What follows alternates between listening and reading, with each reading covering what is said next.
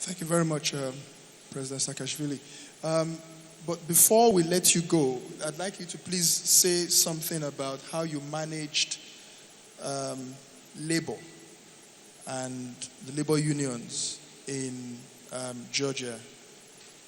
Well, we were blessed by the fact that actually we had old Soviet labor unions that were already disintegrating and weak, and new didn't emerge. But we had some so-called energy unions still, which was, from time to time blackmailing the government. Because so much corruption and they were connected to mafia, that we dealt with them through law enforcement, and then the people were desperate. They wanted to get electricity, and government, when they saw that when government was honest, was not stealing money, was genuinely interested in fixing the problems, nobody else could block it. I mean, that's because then people were on the side of the government. They saw the results. So it more or less, this blackmail was sidelined. So it's a case of where the case for privatization made itself, and everybody accepted that. Obviously, they were shouting, some people, that it's, we are giving up strategic reserves, but we exposed so many corrupt bureaucrats that were benefiting from it, but people didn't have any more impression that they were giving up something of their own, because in reality, they weren't getting anything from the fact that their government or their state owned this or that asset. This was basically owned by bureaucrats and plutocrats of that government, but not by the people. Thank you very much, sir. I will now go over. I can see some. I think that's Mr. Kumar, who is linked to us via satellite, by a video link. Mr. Kumar, can you hear us? Okay, we can see his lips Mr. moving. Sardana is already here. Go ahead. Okay, what about the other speaker? Mr. Foch. Is he available?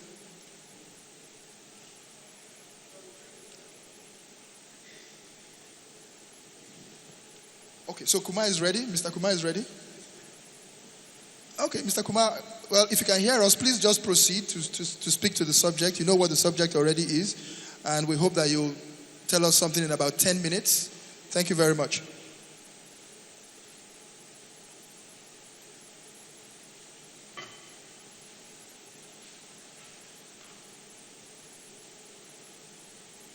Maybe technology is still a challenge for us here. Yeah, there we go.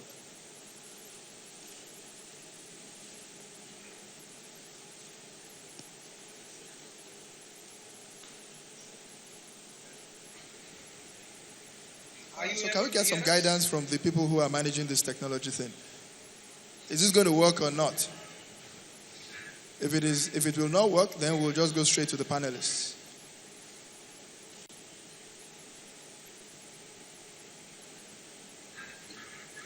Okay, so what I'll do is, on my own initiative, I will just speak with, I'll have the panelists give us their perspective on what they've just heard while this technology issue is being sorted out. And I'll start with, from my left, Mrs. Oshibodu, who is the CEO of Benin Electricity Distribution Company.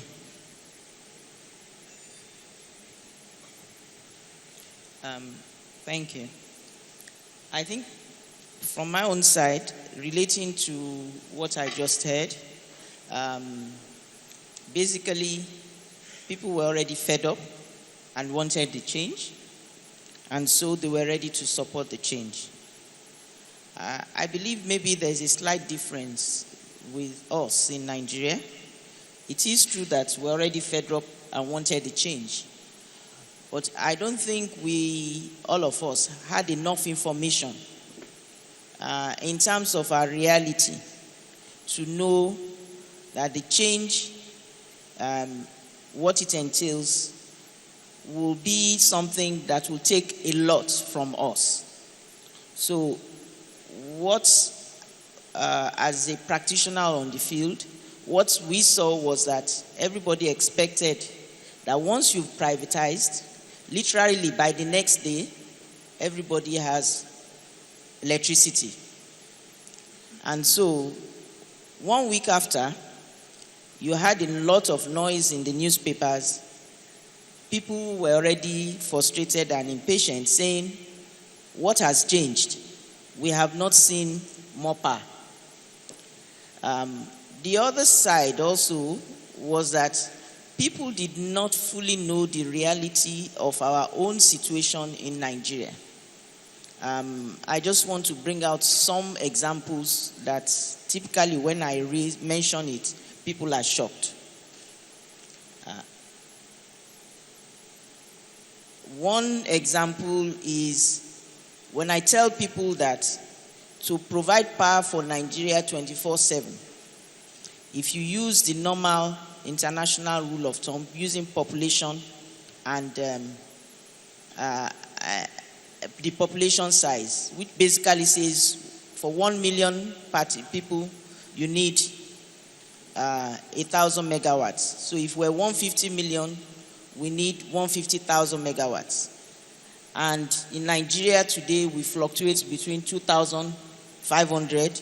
I've seen 2,400 since I joined the sector. And maybe peak level 4,500. So the reality is if you are going to 150 or even 100,000 megawatts and you are just at ground zero, which is 2,000, 3,000, is a long haul. But most people do not see that reality and do not believe that reality exists. The second fallacy is that people do not realize that infrastructure is not power.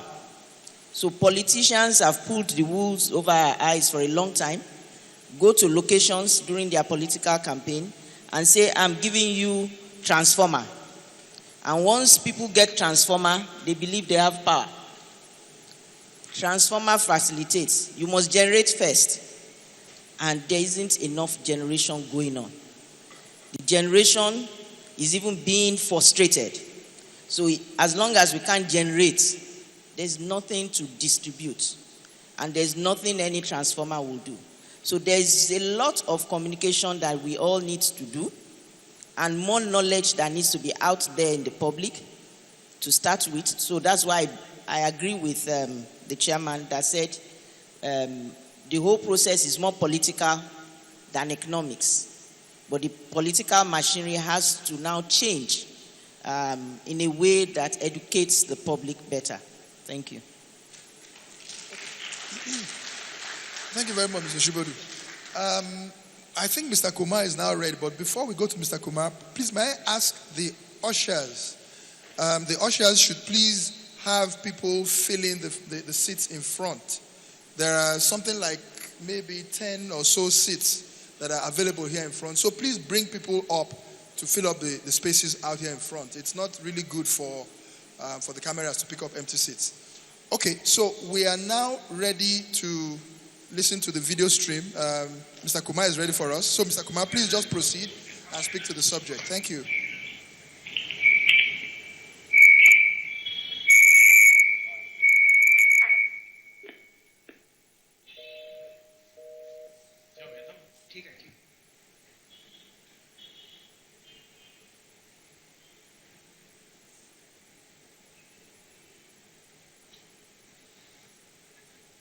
Good morning.